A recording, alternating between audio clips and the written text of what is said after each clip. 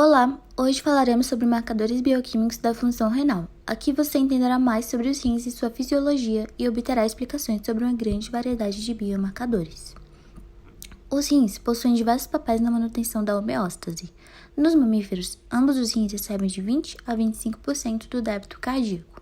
Os rins filtram o sangue e excretam dejetos metabólicos, enquanto, ao mesmo tempo, retêm as substâncias filtradas necessárias ao organismo, incluindo proteínas de baixo peso molecular, água e eletrólitos. Os rins respondem a distúrbios hídricos, eletrolíticos e ácidos básicos, alterando especificamente a taxa de reabsorção ou secreção dessas substâncias, regulando o volume de líquido corporal. Os rins também funcionam como órgão endócrino, secretam eritropoietina, envolvida na hematopoíese, renina, que interage na regulação da secreção de aldosterona pelo córtex adrenal e metabólitos ativos da vitamina D. O rim é composto pelo córtex e medula apresentadas na figura, separadas pela junção córtico-medular. É uma glândula tubular composta formada por túbulos renais. Em algumas espécies, existe apenas um lobo, enquanto em outras, a lobulação pode persistir ou se fundir secundariamente. Um lobo é formado pelos componentes medulares e corticais. Os suínos e grandes ruminantes possuem rins descritos como multilobares. Os carnívoros, pequenos ruminantes e equinos possuem rins unilobares. A unidade funcional do rim é o néfron. Ele é composto pelos glomérulos, no qual o sangue é filtrado por seus segmentos renais associados que absorvem as substâncias filtradas e contêm os compostos plasmáticos que serão excretados. O fluido tubular. No córtex renal, os néfrons intercalam o sistema de ductos coletores, que atravessa o rim e desemboca na pelve renal. A primeira etapa da função renal é a filtração de sangue que ocorre no glomérulo. O glomérulo consiste em uma rede de capilares que retém os componentes celulares e as proteínas de peso molecular médio a elevado, enquanto espelha um fluido quase idêntico ao plasma em sua composição hídrica e eletrolítica. Esse fluido é o filtrado glomerular. Agora falaremos sobre os indicadores bioquímicos da função renal. Albumina. A albumina é a proteína mais abundante no plasma, é sintetizada no fígado e contribui em 80% para a osmolaridade do plasma sanguíneo, sendo também uma importante reserva proteica. Sua principal função é como transportador de substâncias, como ácidos graxos livres, aminoácidos, metais, cálcio, hormônios e bilirrubina, através da corrente circulatória. Atua na regulação do pH sanguíneo, atuando como um ânion. A concentração de albumina é afetada pelo funcionamento hepático, pela quantidade de proteínas presentes na dieta, pelo equilíbrio hidroeletrolítico e por perda de proteínas em algumas doenças. A desidratação causa aumento da albumina plasmática, enquanto o dano hepático, déficit alimentar, síndrome de má absorção, parasitismo e hemorragias causam redução dos níveis plasmáticos.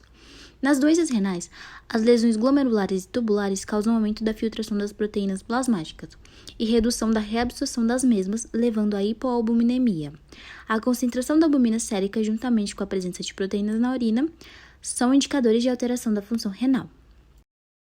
Creatinina. A creatinina plasmática é derivada praticamente na sua totalidade do catabolismo da creatina presente no tecido muscular.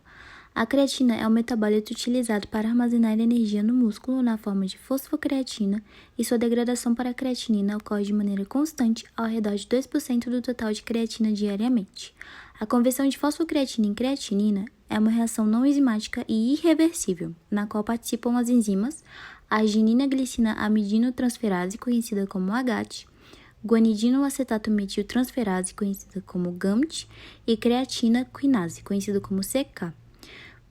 A concentração sanguínea da creatinina é proporcional à massa muscular. Por esse motivo, em situações de atrofia muscular e outras enfermidades relacionadas, ocorre diminuição do teor de creatinina plasmática. Ao mesmo tempo, em situações de exercício prolongado ou intenso, pode-se observado um aumento dos níveis plasmáticos de creatinina. A excreção de creatinina só se realiza por via renal, uma vez que ela não é reabsorvida nem reaproveitada pelo organismo. Por isso, os níveis de creatinina plasmáticos refletem a taxa de filtração glomerular, de forma que níveis altos de creatinina indicam uma deficiência na funcionalidade renal. Além disso, ela não é afetada pela dieta nem pelo catabolismo proteico e aumenta pouco em caso de desidratação ou falha cardíaca, a não ser em casos severos. Entretanto, aumenta de forma significativa e rápida na insuficiência renal. A ureia é sintetizada no fígado a partir da amônia derivada do catabolismo dos aminoácidos e da reciclagem de amônia do rúmen. Os níveis de ureia são analisados em relação ao nível de proteína na dieta e ao funcionamento renal. É excretada principalmente pela urina e em menor grau pelo intestino e leite, sendo filtrada no glomérulo e parcialmente reabsorvida de forma passiva nos túbulos. A reabsorção da ureia no túbulo está relacionada de forma inversa com o fluxo da urina. Assim, em condições de alto fluxo, cerca de 40% da ureia da urina se absorve, enquanto em casos de pouco fluxo, como desidratação e outros problemas pré-renais ou pós-renais, pode reabsorver até 70% da ureia. Na maioria dos animais, exceto aves que secretam ácido úrico, o nível de ureia é indicador de funcionamento renal. Os níveis de ureia sanguínea estão afetados pelo nível nutricional em ruminantes, nos quais ela é um indicador sensível e imediato da ingestão de proteínas, enquanto a albumina é um indicador a longo prazo do estado proteico. A concentração de ureia pode estar aumentada em alimentação com excesso de proteína ou dietas que possuem fonte de nitrogênio não proteico, como a própria ureia, que é usada em ruminantes em até 3% da dieta. No entanto, também são encontrados níveis aumentados de ureia quando ocorre deficiência de energia, devido à diminuição da capacidade da microbiota ruminal em utilizar os compostos nitrogenados para a síntese de proteína, aumentando a quantidade de amônia absorvida no rumen. O adequado fornecimento de glicídios na dieta, quando há suplementação de compostos nitrogenados, evita o aumento excessivo dos níveis de ureia sanguínea, devido à utilização pelas bactérias do rumen da ureia e dos glicídios para sintetizar aminoácidos e proteínas. O jejum prolongado pode causar aumento da proteólise endógena, para utilizar aminoácidos como fonte energética, o que causa aumento na concentração de ureia. Isso é frequente em terneiros com diarreia, quando o consumo de alimentos chega a ser nulo. Nesse caso, o quadro é exacerbado pela desidratação, pois o fluxo de urina diminui e inibe a excreção renal de ureia, podendo causar uremia. Em ruminantes e equídeos, a ureia pode ser excretada por via gastrointestinal, de forma que nessas espécies, valores normais ou não muito elevados de ureia podem ser achados em casos de insuficiência renal. Nas aves, ureia tem valor limitado em relação ao ácido úrico, melhor indicador renal nesta espécie. Entretanto, pode ser um sensível indicador de azotemia pré-renal, porque é excretada por filtração glomerular, que depende do estado de hidratação da ave. A ureia sanguínea pode ser expressada como ureia propriamente dita ou como BUN, nitrogênio ureico sanguíneo. Para converter BUN a ureia em miligramas e mililitros, o fator de multiplicação é 12,14. A azotemia é o aumento nas concentrações de compostos nitrogenados, ureia e creatinina e outras substâncias residuais nitrogenadas não proteicas no sangue. Pode ocorrer por qualquer condição que reduza o fluxo sanguíneo renal. Ela pode ser pré-renal, exercícios prolongados, hipovolemia, hipotensão, formação de trombo aórtico e ou renal. Pós-renal, obstrução do fluxo urinário ou ruptura vesical. E renal. A azotemia renal pode ser causada por nefrite, amiloidose, necrose tubular e nas neoplasias que causam perda ou lesão do néfron. A azotemia não pode ser detectada nas fases iniciais de alteração renal porque, para qualquer dano com perda de néfrons funcionais, ocorre a hipertrofia compensatória e aumento da função dos néfrons restantes não afetados. Quando se atingem 75% dos néfrons afetados, pequenos danos adicionais e queda da filtração glomerular causam aumentos exponenciais de ureia e creatinina. Portanto, a principal limitação da dosagem desses compostos é a não detecção de danos renais leves, somente em falha grave renal. O diagnóstico da azotemia renal é confirmado se ela for persistente, associada a isostenúria ou urina com concentração mínima. A uremia é a presença de todos os constituintes da urina no sangue.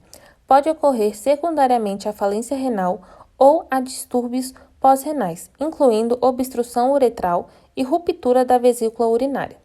A síndrome urêmica é uma constelação de sintomas: gastroenterite, acidose, pneumonite, osteodistrofia e encefalopatia, que ocorrem secundariamente à uremia. O cálcio, também conhecido como Ca, total plasmático, é dividido em cálcio livre ionizado e cálcio associado a moléculas orgânicas, ou a ácidos orgânicos.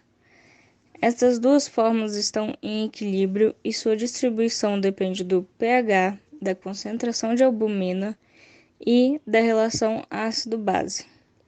Entre as funções do cálcio estão constituição da matriz óssea, função de segundo mensageiro intracelular, participação da contração muscular e transmissão do impulso nervoso. O sistema endócrino, envolvendo a vitamina D, o paratormônio e a calcitocina, regulam os níveis de cálcio. O fósforo, conhecido também como P, existe em combinações orgânicas dentro das células e inorgânico no plasma.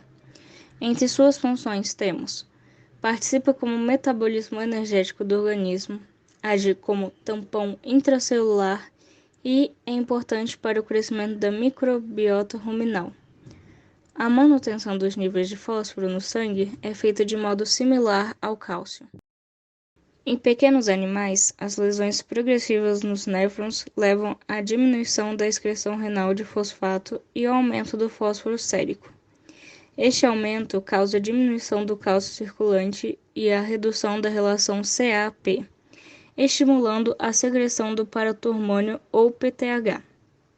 A retenção de fósforo é um fator importante na redução da capacidade renal de produzir 1,25-dihidroxicolecalciferol D3, também conhecida como calcitriol, devido à inibição da enzima 1-alfa-hidroxilase renal.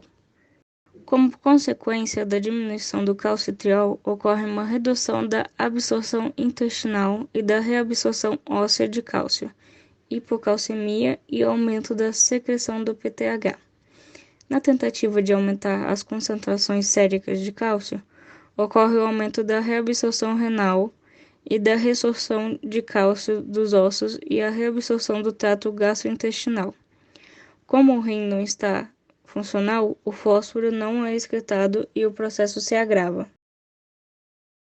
O hiperparatireoidismo secundário renal é uma complicação da doença renal crônica, ou DRC, que leva à osteodistrofia, à supressão da medula óssea e à mineralização de tecidos moles.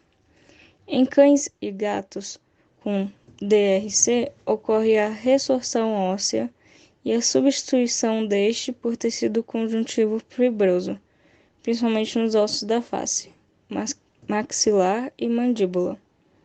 Em bovinos, pode ocorrer hipocalcemia sem hiperfosfatemia, uma vez que o rim não é o principal órgão na excreção do fósforo. Em cavalos, pode haver hipercalcemia, sobretudo em animais alimentados com dietas ricas em cálcio, porque o rim é o órgão fundamental na excreção de cálcio, estando o fósforo em níveis normais ou reduzidos. O potássio, também conhecido como K, é o cátion intracelular mais abundante do organismo.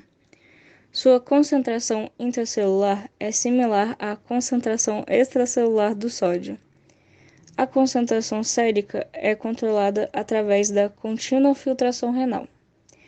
O potássio é encontrado na saliva, no suco gástrico, na bile, suco pancreático e nos líquidos intestinais. Em conjunto com o sódio, Na, mantém o potencial elétrico da célula e transporte de substâncias transmembrana através da bomba de sódio e potássio, ATPase, Na mais K mais ATPase.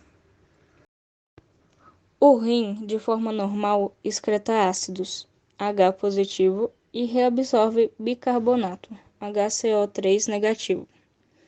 Em caso de insuficiência renal, há um acúmulo de ácido no sangue, provocando acidose metabólica. O potássio sofre troca com hidrogênio em nível celular na tentativa de compensar a acidose, de forma que aparecem níveis elevados de potássio, hipercalemia. A dosagem sérica de potássio é indicadora da severidade da acidose. Bovinos podem apresentar um equilíbrio ácido básico normal ou inclusive uma alcalose metabólica, devido à atônia ruminal secundária, que se produz e que causa sequestro de ácidos. Agradecemos a participação de todos que assistiram o vídeo até aqui. Esperamos que você tenha compreendido diversos aspectos sobre biomarcadores renais.